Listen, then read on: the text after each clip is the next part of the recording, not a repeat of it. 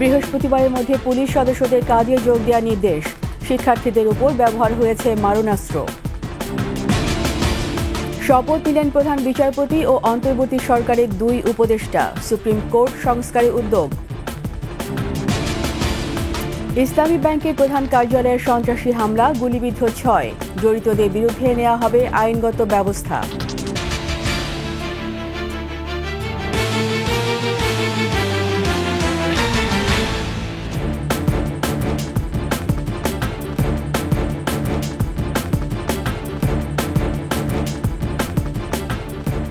শুনছিলেন Fred security ইসলামী bank PLC সংবাদ শিরোনাম। আমন্ত্রণ 21 সংবাদের সাথে আছি আমি রীতা চৌধুরী। দর্শক, 21 টেলিভিশনের সংবাদ একই সাথে সরাসরি দেখতে পাবেন আমাদের ফেসবুক পেজ www.facebook.com/2124 অনলাইনে। বৃহস্পতিবারের মধ্যে পুলিশ সদস্যদের কর্মস্থলে যোগ দেওয়ার নির্দেশ দিয়েছেন স্বরাষ্ট্র উপদেষ্টা অবসরপ্রাপ্ত ব্রিগেডিয়ার এম শাখাওয়াত হোসেন। এই সময়ের মধ্যে কাজে যোগ না দিলে তাদের পলাতক ঘোষণা করা হবে। আরও বলেন, সম্প্রতি কোটা সংস্কার আন্দোলন ঘিরে পুলিশের হাতে মারণাস্ত্র দিয়ে তার অপব্যবহার হয়েছে। নিরস্ত্র ছাত্রদের উপর গুলি চালানোর হুকুমদাতাদেরও শাস্তির মুখোমুখি করা হবে বলে জানান স্বরাষ্ট্র উপদেষ্টা। এছাড়া কোনো গণমাধ্যম চাটুকারিতা করলে বন্ধেরও হুঁশিয়ারি দেন তিনি। এদিকে ধীরে ধীরে স্বাভাবিক হচ্ছে থানাগুলোর কার্যক্রম। দীপু শিকদারের রিপোর্ট।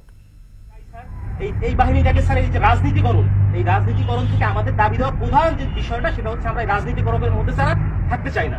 এক ভিডিওতে এভাবেই এক পুলিশ সদস্যকে ক্ষোভের কথা বলতে শোনা যায়। প্রত্যেকটা হত্যাকাণ্ডের স্যার বিচার হোক, ছাত্র 200, 300, 400, 500 যা মারা গেছে এটা বিচার হোক স্যার, আমরা চাই।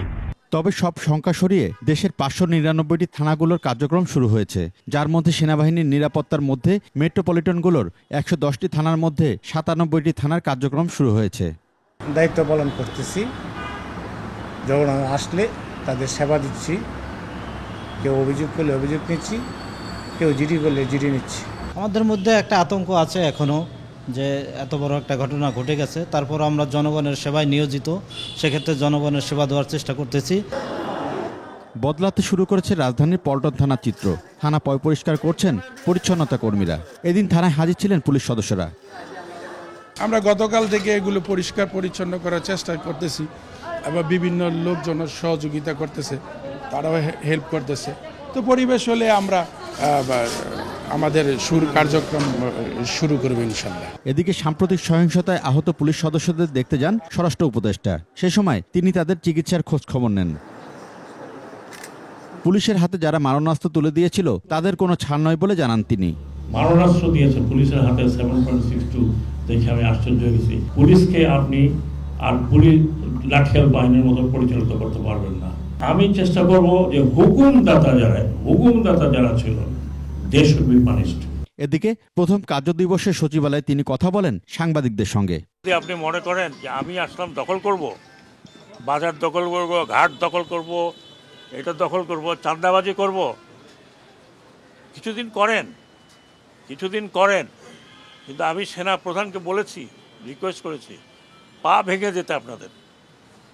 I don't care, you go to hell. পরে তিনি গণমাধ্যমকে বলেন, নির্ধারিত সময়ে পুলিশ সদস্যরা কাজে যোগদান না করলে নেওয়া হবে ব্যবস্থা। পুলিশের যারা ফোর্স এখনো জয়েন করেনি তাদের জন্য লাস্ট তারিখ হচ্ছে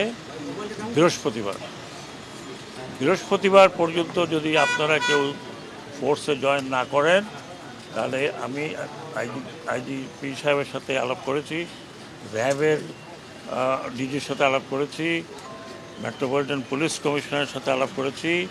আপনারা যদি বৃহস্পতিবারে না আসেন, আমরা ধরে নেব আপনারা চাকরিতে ইচ্ছুক নন। সঠিকভাবে নিজ নিজ দায়িত্ব পালনের মধ্য দিয়ে দেশকে নতুনভাবে গড়ে তোলার আহ্বান জানান এই উপদেষ্টা। প্রত্যেকটি নাগরিকের কর্তব্য। দীপু শিকদার, 21 টেলিভিশন, ঢাকা। শপথ নিলেন বাংলাদেশের 25তম প্রধান বিচারপতি সৈয়দ রিফাত আহমেদ। শপথ নেন অন্তর্বর্তী সরকারের 2 উপদেষ্টা বিধান রঞ্জন রায় ও সুপ্রদীপ চাকমা। বঙ্গভবনে রাষ্ট্রপতি মোহাম্মদ শাহাবুদ্দিন তাদের শপথ পড়ান। এ সময় বৈষম্য বিরোধী ছাত্র আন্দোলনের সমন্বয়করা বলেন, দেশ পুনর্গঠনে সরকারের পাশে থাকবেন তারা। দাবি জানান দ্রুত শিক্ষা প্রতিষ্ঠান খুলে দেয়ার। আরও জানাচ্ছেন প্রণব চক্রবর্তী। বেলা 12:30টার পর বঙ্গভবনের দরবার হলে রাষ্ট্রপতি মোহাম্মদ শাহাবুদ্দিন ও প্রধান উপদেষ্টা ডক্টর ইউনূসের উপস্থিতিতে শুরু হয় শপথ গ্রহণের আনুষ্ঠানিকতা। শুরুতেই বৈষম্য বিরোধী ছাত্র আন্দোলনে শহীদদের স্মরণে 1 মিনিট নীরবতা পালন করা হয়। শপথ নেন প্রধান বিচারপতি সৈয়দ রেফাত আহমেদ। রাষ্ট্রপতি মোহাম্মদ শাহাবুদ্দিন শপথ পড়ান তাকে। বাংলাদেশের প্রধান বিচারপতি নিযুক্ত হইয়া এরপর শপথ নেন অন্তর্বর্তী সরকারের 2 উপদেষ্টা বিধান রঞ্জন রায় ও সুপ্রদীপ চাকমা। উপদেষ্টা পদের কর্তব্য বিশ্বস্ততার সহিত পালন করিব। আরেকজন উপদেষ্টা ফারুকী আজম দেশের বাইরে থাকায় পরে শপথ হবে তার। এ সময় শিক্ষার্থী সমন্বয়করা বলেন, দেশ গড়ায় সরকারের পাশে থাকবেন তারা।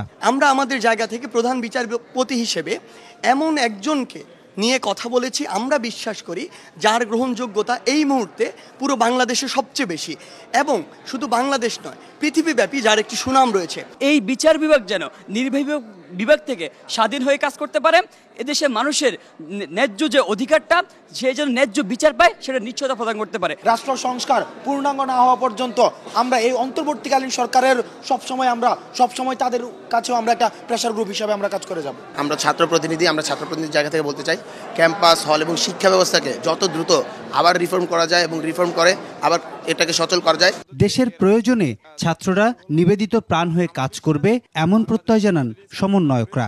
প্রত্যেকের আমরা আস্থার প্রতিফলন রাখতে। প্রণব চক্রবর্তী, 21 টেলিভিশন, ঢাকা। ইসলামী ব্যাংকের প্রধান কার্যালয়ে সন্ত্রাসী হামলা হয়েছে। রোববার সকালে এস আলমপন্থীরা ব্যাংকটির দিলকুশা কার্যালয় দখলে চেষ্টা চালায়। এ সময় সন্ত্রাসীদের গুলিতে 6 জন আহত হন। মেহেদী হাসানের রিপোর্ট। 2017 সালের 5 জানুয়ারি ইসলামী ব্যাংক দখলে নেয় চট্টগ্রাম ভিত্তিক প্রতিষ্ঠান এস আলম গ্রুপ। এরপর অপকৌশলে দেশি বিদেশি বিনিয়োগকারীদের শেয়ারও হস্তগত করে প্রতিষ্ঠানটি। পছন্দের লোকদের নিয়োগ পদোন্নতি দেয়, বসায় পরিচালনা পর্ষদেও। গত 5 আগস্ট শেখ হাসিনা সরকারের পতনের পরদিনই এস আলম ঘনিষ্ঠ অনেক কর্মকর্তাকে ব্যাংকটি থেকে বের করে দেওয়া হয়। এমন পরিস্থিতিতে রোববার সকালে তারা আবার সংগঠিত হয়ে ভাড়াটে সন্ত্রাসী নিয়ে ইসলামী ব্যাংকের প্রধান কার্যালয়ে প্রবেশের চেষ্টা চালায়। এ সময় ব্যাংকটির কর্মকর্তা কর্মচারীরা নেমে এসে বাধা দিলে শুরু হয় সংঘর্ষ। সন্ত্রাসীরা এ সময় গুলি ছুড়লে আহত হন 6 জন। তবে তীব্র প্রতিরোধের মুখে টিকতে না পেরে এলাকা ছেড়ে পালায় এস আলমপন্থীরা। এস আলম গ্রুপের কিছু লোক পটিয়ার, তারা তাদের নিজস্ব লোক যেমন মেফতা, সাব্বির, তারপরে আকিজউদ্দিন, তাদের ব্যানার নিয়ে এখানে তারা ঢুকতে চাইছিল। এরপরে আমাদের লোকজন ছিল, তারা বাধা দিছে, এই নিয়ে সংঘর্ষ মূলত শুরু হয়। তাদের প্রতিনিধি আমাদের ব্যাংকে ছিল, কিছু লোক আমাদের এই ব্যাংকে আকিজউদ্দিন, মেফতা এরা এবং সাব্বির, আমাদের এমডি এবং বিভিন্ন ব্যাংকে আমাদের লোকেরা যারা মুনাফিক, তাদের নেতৃত্বে এইগুলো কাজগুলো চলছিল। আমরা যখন এইগুলোর বিরুদ্ধে আন্দোলন করছি ব্যাংক সংস্কার এবং দেশের অর্থনীতিকে ফিরে আসার জন্য, তখন তারা সন্ত্রাসী নিয়ে আবার এই ব্যাংকে আমাদের উপরে আক্রমণ চালায়। তখন তারা আক্রমণ করছে এবং আমাদেরকে গুলি করছে এবং ককটেল ফাটায় বোম্বিং করে তারা পালিয়ে গেছে। ইসলামী ব্যাংকের কর্মকর্তা কর্মচারীরা বলছেন, এস আলম গ্রুপ নামে বেনামে ইচ্ছামতো ঋণ নিয়ে দেশের একসময় শীর্ষ এই ব্যাংকটিকে বড় ধরনের ক্ষতি করেছে। তাই লুটপাটে যারা সহযোগিতা করেছে তাদের আর কোনোভাবেই ইসলামী ব্যাংকে ঢুকতে দেওয়া হবে না। এস আলম গ্রুপ এবং তাদের যে দোসররা আছেন তারা সবাই বিভিন্ন ব্যাংক থেকে হাজার হাজার কোটি টাকা তারা পাচার করেছে। হ্যাঁ, এবং এই ব্যাংকে মূলত ছিল যে ব্যাংকে যে শরিয়া বেসড ইসলামী ব্যাংক ছিল, যে পপুলারিটি ছিল, মানুষের যে গ্রহণযোগ্যতা ছিল, এই ব্যাংকটা ছিল সকলের ব্যাংক। কিন্তু একটা সময় যে এটা একটা নির্দিষ্ট এলাকার এবং লোকের ব্যাংক হয়ে গেছে। এই কোনো কিছু নিয়ম নীতি তোয়াক্কা না করে তারা গ্রাহকদের আমানতের খেয়ানত করছে এবং তারা প্রমোশন নিয়ে নিছে এবং তাদের যে নিয়োগ প্রক্রিয়া একটা অস্বচ্ছ একটা নিয়োগের মাধ্যমে তাদের যখন যারে মনে চায়, তাদের কোনো কোয়ালিটি নেই কিন্তু তাদেরকে নিয়োগ দেওয়া হয়েছে, তাদেরকে বিভিন্ন পোস্টে নিয়োগ দেওয়া হয়েছে এবং তাদের এই কোয়ালিটিলেস লোকজন দিয়ে আজকের ব্যাংকের এই যে আর্থিক ক্ষতি আমাদের সম্মুখীন হয়েছে, গ্রাহকদের যে একটা অনাস্থা তৈরি হয়েছে আমাদের ব্যাংকের প্রতি, এত বড় একটা আর্থিক প্রতিষ্ঠান বাংলাদেশের, এইটা আমরা যেন উদ্ধার করতে পারি।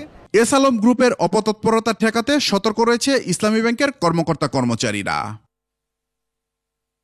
মেহেদী হাসান, 21 টেলিভিশন, ঢাকা। এদিকে ইসলামী ব্যাংকে অস্থিরতা সৃষ্টির জন্য যারা দায়ী তাদের বিরুদ্ধে আইনগত ব্যবস্থা নেওয়া হবে বলে জানিয়েছেন অর্থ পরিকল্পনা উপদেষ্টা ডক্টর সালেউদ্দিন আহমেদ। কেউই আইনের বাইরে থাকবে না, যে কেউ যদি করে থাকে ইমিডিয়েটলি তাদের আইনের আইনত অ্যাকশন নিতে হবে, যেই হোক সোজাসুজি। এখন কে করেছে না করেছে এটা আপাত দৃষ্টিতে যেটা করে থাকে, আমি তো এককালে ম্যাজিস্ট্রেট ছিলাম, ধরপাকড় তো আমাদের সময় তো কম করিনি আমরা, যে করেছে তাকে ধর, তারপরে কে করেছে না করেছে, কিন্তু যারা ডিস্টার্ব করে ক্রিয়েট করেছে কেউ, নোবডি ইজ অ্যালাউড। নিচ্ছি সংবাদ বিরতি, যখন ফিরব তখন অন্যান্য খবরের সঙ্গে আরও থাকবে। 9 বছর পর দেশে বিএনপি নেতা সালাউদ্দিন, একটি মহল ষড়যন্ত্র করছে অভিযোগ রিজভির।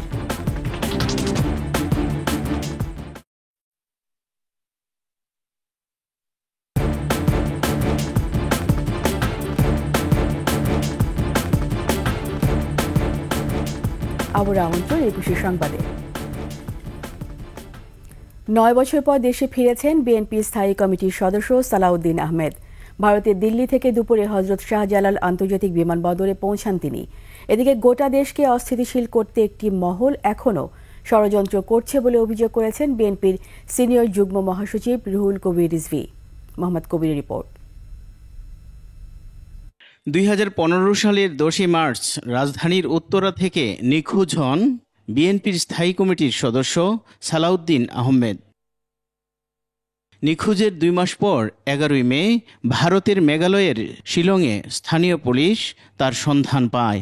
বৈধ নথিপত্র ছাড়া ভারতে প্রবেশের অভিযোগে দেশটির ফরেনার্স অ্যাক্ট অনুযায়ী মামলায় দীর্ঘদিন ভারতের অবস্থান করতে হয়েছিল তাকে। রোববার দুপুরে ভারতের দিল্লি থেকে ঢাকা হজরত শাহজালাল আন্তর্জাতিক বিমানবন্দরে পৌঁছে দলীয় নেতাকর্মীদের ভালোবাসায় সিক্ত হন এই নেতা। এরপর তিনি দলীয় নেতাকর্মীদের নিয়ে বিএনপির প্রতিষ্ঠাতা শহীদ প্রেসিডেন্ট জিয়াউর রহমানের মাজার জিয়ারত করেন। সর্বস্তরের সমস্ত সাংবিধানিক প্রতিষ্ঠানগুলো, গণতান্ত্রিক প্রতিষ্ঠানগুলোকে যদি আমরা স্বাধীনভাবে নিরপেক্ষভাবে যদি কাজ করতে দিতে পারি, তাহলে 18 কোটি মানুষের ঘরে ঘরেই সেটার সুফল যাবে ইনশাআল্লাহ। আমরা অর্থনৈতিকভাবে আমরা এগিয়ে যাব। এই দেশ মেরুদণ্ড শির দাঁড়া করে পৃথিবীর সামনে বলতে পারবে আমরা বীরের জাতি।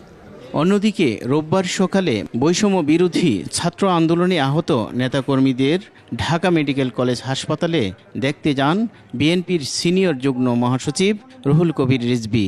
সে সময় তিনি বলেন, স্বৈরাচার পতনের পরও একটি মহল দেশের বিরুদ্ধে ষড়যন্ত্র করে যাচ্ছে। যারা এত নিরীহ কিশোরদের বুকে গুলি চালিয়েছেন এবং বাংলাদেশটাকে একটা রক্তাক্ত নদীর পানির স্রোতের মতো যারা বইয়ে দিতে দ্বিধা করেনি, তারা এই দুষ্কর্মের সাথে জড়িত থাকতে পারে। অন্তর্বর্তী সরকারের সব কার্যক্রমের প্রতি বিএনপির পূর্ণ সমর্থন রয়েছে বলেও জানান বিএনপির এই নেতা। দুই একটি দুষ্কৃতিকারী ছাড়া সবাই মাননীয় প্রধান উপদেষ্টার এই বক্তব্যকে সমর্থন করে। মোহাম্মদ কবির, 21 টেলিভিশন, ঢাকা। বাংলাদেশে কোটা আন্দোলন ও সরকার পতন নিয়ে বিভ্রান্তিমূলক তথ্যে ছেয়ে গেছে ভারতীয় গণমাধ্যমগুলো। যাচাই বাছাই আর কোনো প্রমাণ ছাড়াই এসব ভুয়া পোস্ট ঘিরে ভারত প্রশাসনের অবস্থান অনেকটাই প্রশ্নবোধক। বিবিসি, আল জাজিরা সহ বেশ কয়েকটি আন্তর্জাতিক গণমাধ্যম ভারতের সমালোচনা করে এরই মধ্যে প্রতিবেদন প্রকাশ করে জানিয়েছে এসব তথ্য সত্য নয়। এদিকে বাংলাদেশে হিন্দু সম্প্রদায়ের প্রতিনিধিরাও এর নিন্দা জানিয়েছেন। এবার বাণিজ্য সংবাদ।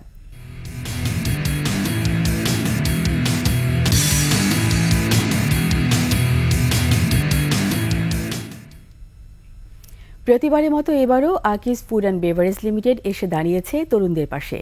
সরকার পতনের পর দেশে অস্থিরতা তৈরি হলে ট্রাফিকের কাজে নেমেছে তরুণরা। এ সময় তাদের অনুপ্রাণিত করতে পাশে দাঁড়িয়েছে মোজো। দেশের বিভিন্ন স্পটে তরুণদের কাজ সমর্থনে ঠান্ডা মোজো দেয়া হচ্ছে। এছাড়াও দেয়া হচ্ছে ছাতা ও ক্যাপ। তরুণদের এ ধরনের ভালো উদ্যোগে পাশে থেকে আসছে মোজো।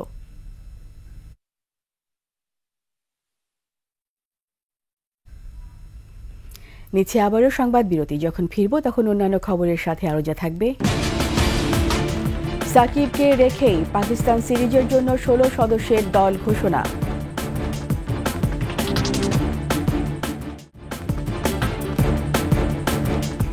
আবার আমন্ত্রণ 21 সংবাদে। এবার আন্তর্জাতিক সংবাদ।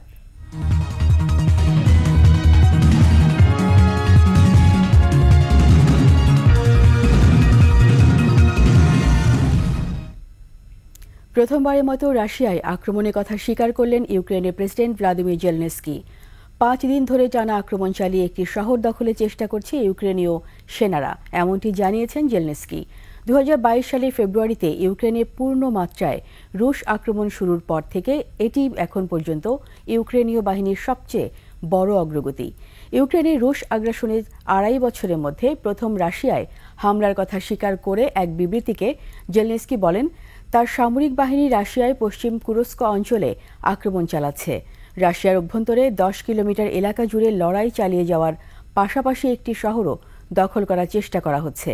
এদিকে রাশিয়া জানিয়েছে কুরস্ক অঞ্চলের সীমান্ত এলাকা থেকে ৭৪,000 মানুষকে সরিয়ে নেওয়া হয়েছে। অন্যদিকে ইউক্রেনের রাজধানী কিয়েভ এবং সুমি অঞ্চলে আজ ভোরে বিস্ফোরণের খবর পাওয়া গেছে।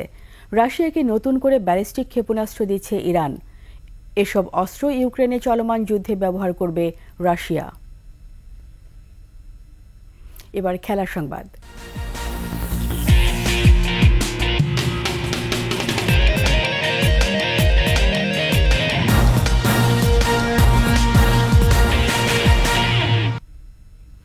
সাকিব আল হাসানকে রেখেই পাকিস্তানের বিপক্ষে 2 ম্যাচের টেস্ট সিরিজের জন্য 16 সদস্যের দল ঘোষণা করল Bangladesh cricket board.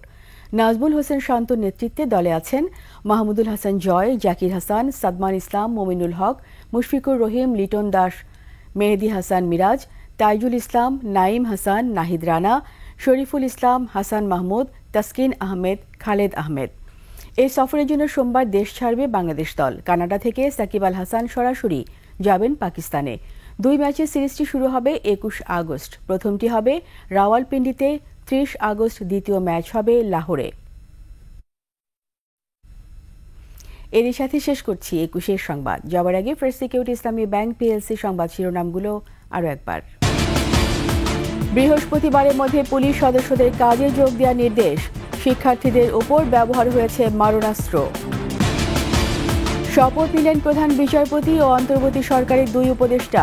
Supreme court সংস্কারে উদ্যোগ। ইসলামী ব্যাংকের প্রধান কার্যালয়ে সন্ত্রাসী হামলা, গুলিবিদ্ধ 6।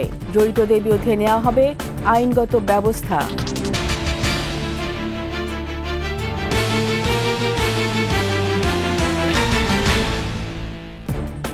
সবশেষ সংবাদ জানতে ডায়াল করুন 2021 নম্বরে আর ভিজিট করুন 21-tv.com ওয়েবসাইটে। এছাড়া ফেসবুকে ভিজিট করতে পারেন www.facebook.com/2124 অনলাইনে। এতক্ষণ সঙ্গে থাকার জন্য সবাইকে ধন্যবাদ। পরবর্তী সংবাদ রাত 10টা 55 মিনিটে দেখার আমন্ত্রণ রইল।